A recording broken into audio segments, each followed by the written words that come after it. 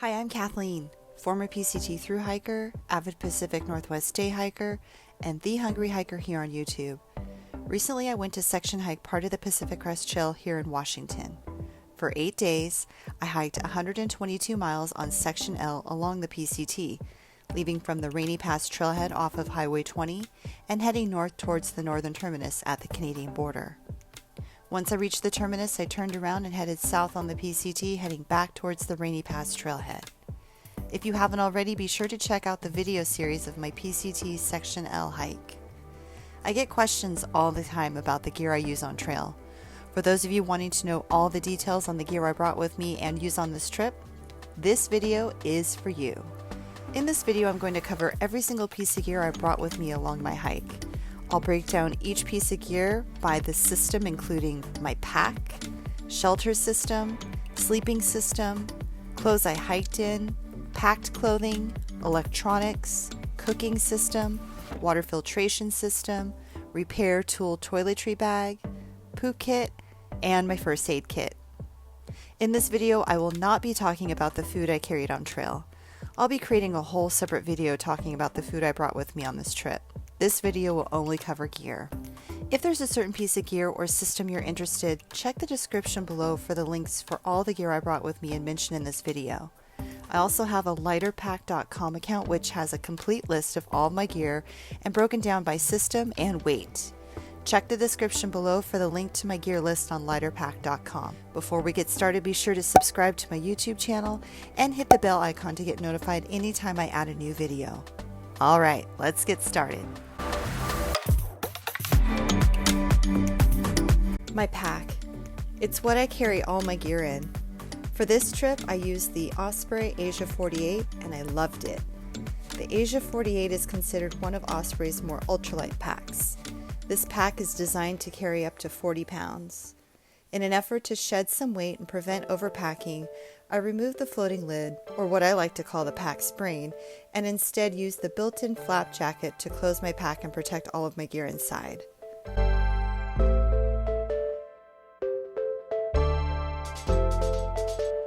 Some features I love about this pack.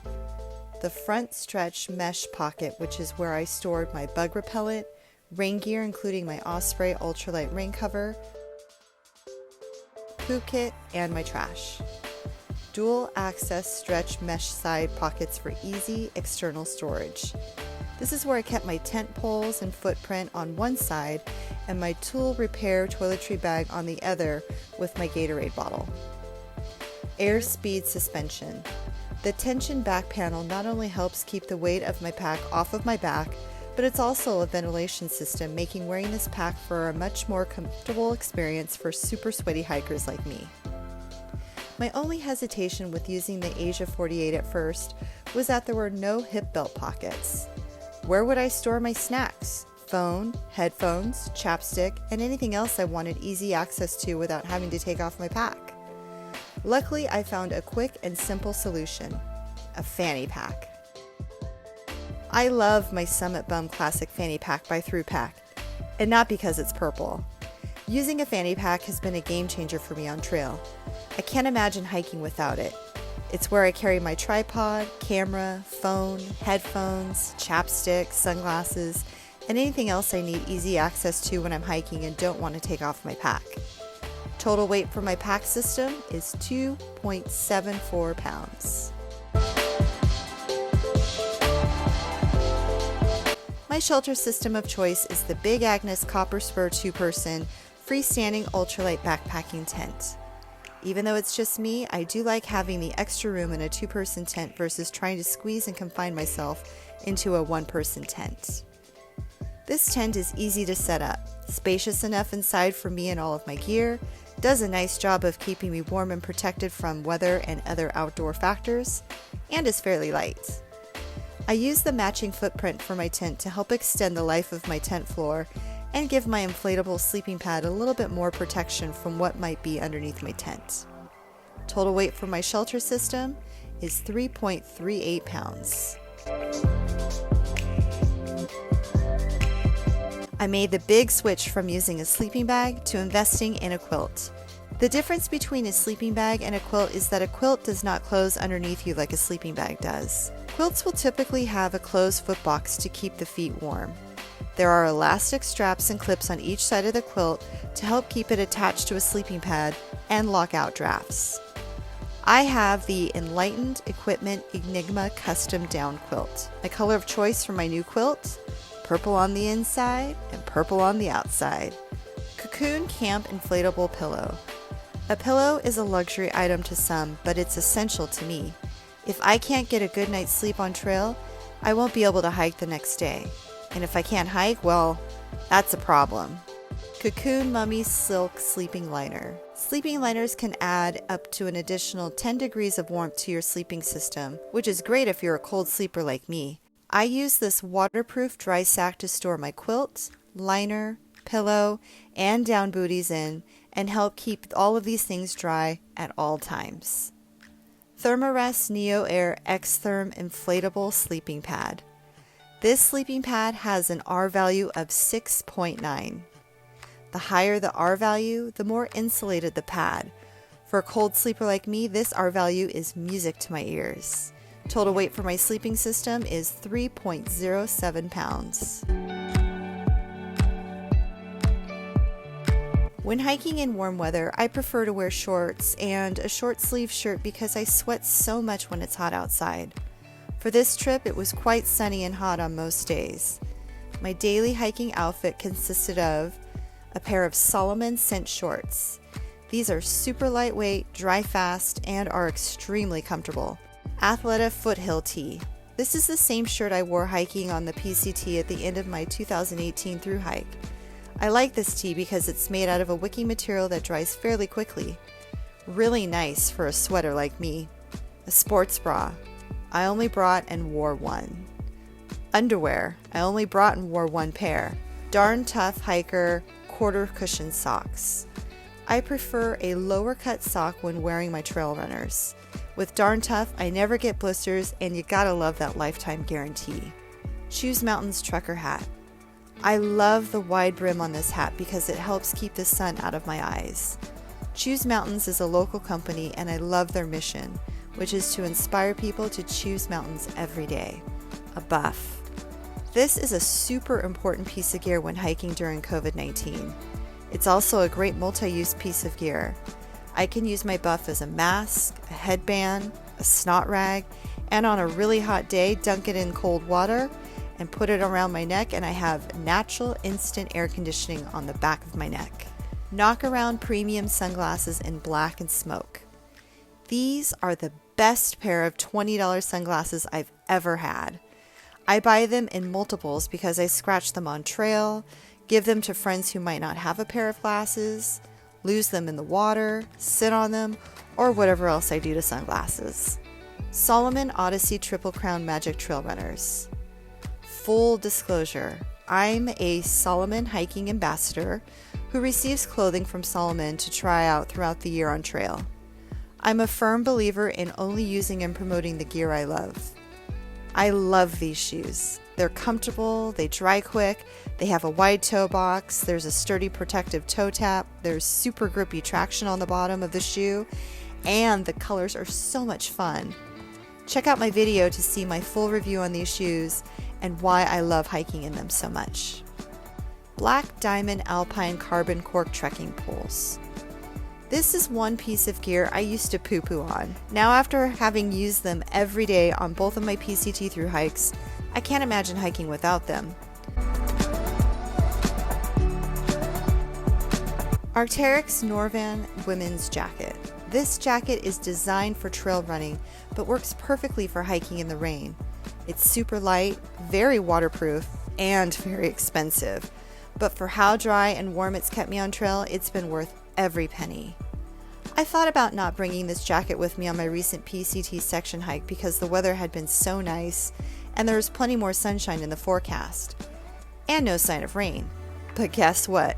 The night of day 2 and the morning of day 3, it rained. Glad I packed my jacket. Patagonia R1 Fleece. I love that I can hike and sleep in this mid-layer. It's super warm and comfortable enough to wear as a layer underneath my rain jacket and or puffy. My favorite feature is the zipper chest pocket, which is great for carrying my wallet and chapstick while I'm in town, and also great for carrying my sunglasses when on trail. Mountain Hardwear Ghost Whisper Down Jacket, or what I like to call my puffy.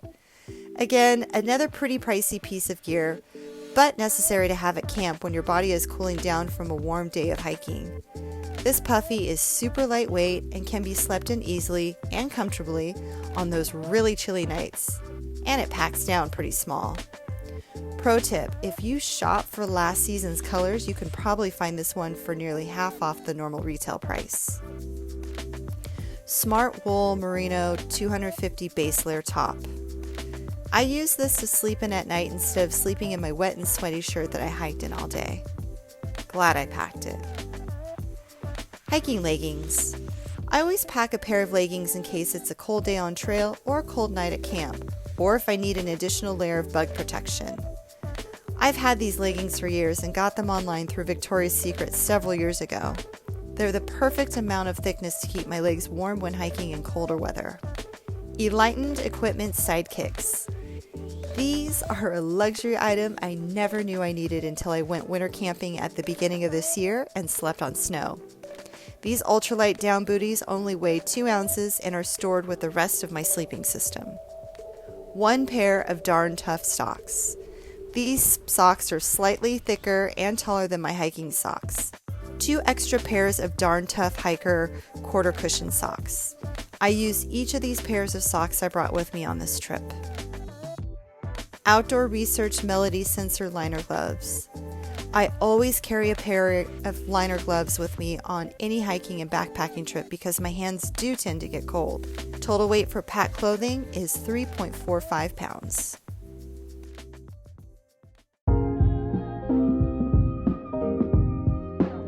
RAV Power Battery Pack Charger and Cord. This has 3 USB ports, which means I can charge my camera, phone, and Garmin all at the same time. Pretty convenient. Canon G7X camera and cord. This was either in my hand or in my fanny pack for quick and easy access on trail. In addition to my camera, I also brought 4 extra batteries. Manfrotto Tripod. I kept my tripod stored in my fanny pack since I use it on trail all the time. Garmin InReach and cord. I wear my Garmin InReach on the outside of my pack. It's always on whenever I'm on trail hiking, and it tracks my whereabouts every 10 minutes. Whenever I stop for a break, lunch, to filter water, or set up camp for the evening, I create a specific waypoint so friends and family at home can know what I'm doing. I turn off the tracking once we get to camp for the evening. Black Diamond Storm Headlamp with extra batteries. Illumination is one of the 10 essentials, so I never hike without a headlamp. iPhone 7 in a LifeProof case with charging cord, headphones, and the Gut Hook app. Even though it was in airplane mode, I used my phone primarily to pull up the Gut Hook app to check mileage and check waypoints and read the comments on upcoming tent sites and water sources. Total weight for electronics is 3 pounds, 0.51. BRS 3000T Ultralight Titanium Backcountry Stove. I decided to shed some weight and made the switch to a smaller and lighter stove. Not only was the stove cheap, coming in at $15, but it also boils water just as fast as a jet boil. Snow Peak Trek 900 Titanium Cook Set.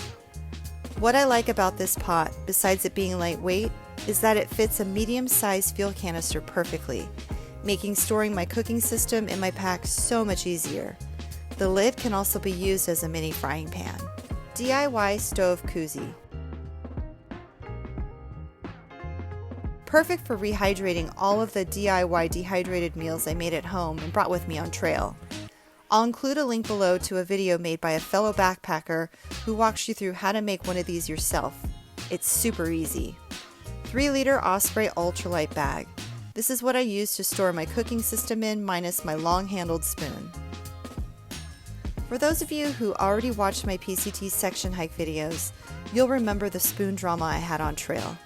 Somewhere on day 2, I lost my spoon and didn't realize it until day 3. I never did find the spoon. Anyone who has spent a significant time hiking a long-distance trail knows that the trail provides, and by day 4, the trail provided me with a new spoon thanks to a fellow hiker heading in the opposite direction.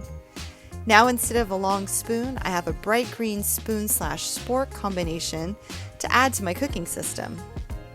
One 8.11 ounce fuel canister, or as I like to call, the medium-sized one. REI Multi-Towel Light in size small.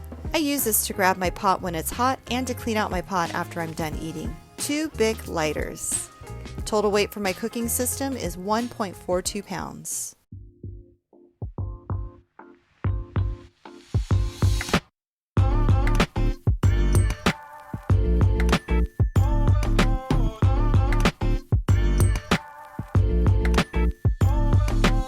I carry the 3-liter Osprey hydration reservoir. I like how it carries a fair amount of water, fits easily in my pack along my spine, and it makes drinking water on trails so easy and convenient. With my Sawyer Fast Fill Hydration Pack adapter kit that's hooked up to the hose of my hydration reservoir, I can easily add in filtered water to my reservoir without having to take everything out of my pack. My water filter of choice is the Sawyer Squeeze water filter. It filters out a fair amount of water with a sturdy stream and filters 2 liters of water fairly quickly. I use the Knock Outdoors 2-liter Vecto bag for capturing dirty water to filter. I love the wide opening at the top of the bag, which allows for a quick and easy gathering of water. The opposite end of the bag is compatible with my Sawyer Squeeze, allowing me to screw on my water filter and push the dirty water through the filter by applying light pressure to the Vecto bag. I always carry a reusable Gatorade bottle on trail for whenever I want to make a batch of blue powdered Gatorade, my electrolytes of choice when out on trail.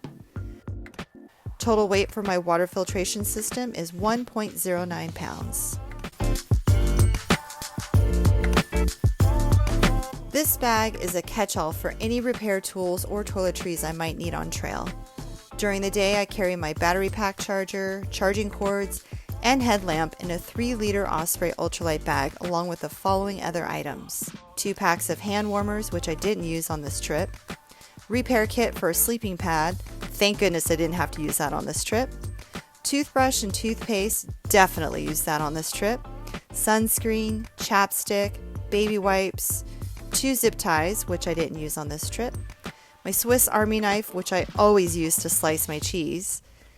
Outdoor Research bug bucket hat, which I actually didn't use on this trip. And Bin's 100 Max Formula Tick and Insect Repellent.